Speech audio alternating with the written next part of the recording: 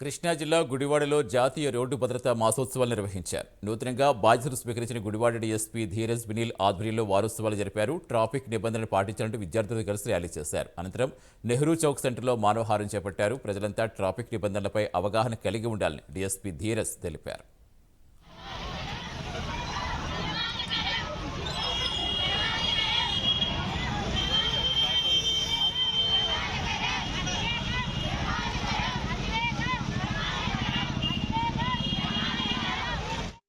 రీసెంట్గా నేను ఛార్జ్ తీసుకోవడం జరిగింది. ఇక్కడికి రాగానే one of the first things మేము చేసింది road safety awareness meet conduct చేయడం, అలాగే రోడ్ ర్యాలీ తీయడం. ప్రజలందరూ రోడ్ సేఫ్టీ పాటిస్తారని ఆశిస్తున్నామండి.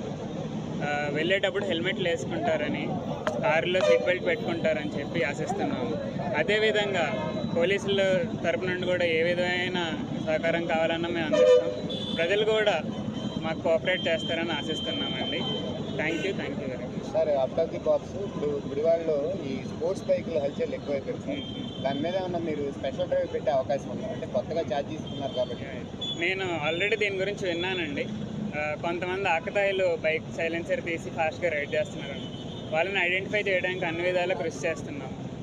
మా ట్రాఫిక్ సిబ్బంది కూడా ఆన్ ద జాబ్ ఉన్నారు. త్వరలోనే వాళ్ళని పట్టుకుని మైనర్స్ అయితే కౌన్సిలింగ్, మేజర్స్ అయితే కేసులు బుక్ చేయడం జరుగుతుంది. రీసెంట్గా నేను ఛార్జ్ తీసుకోవడం జరిగింది. ఇక్కడికి రాగానే వన్ ఆఫ్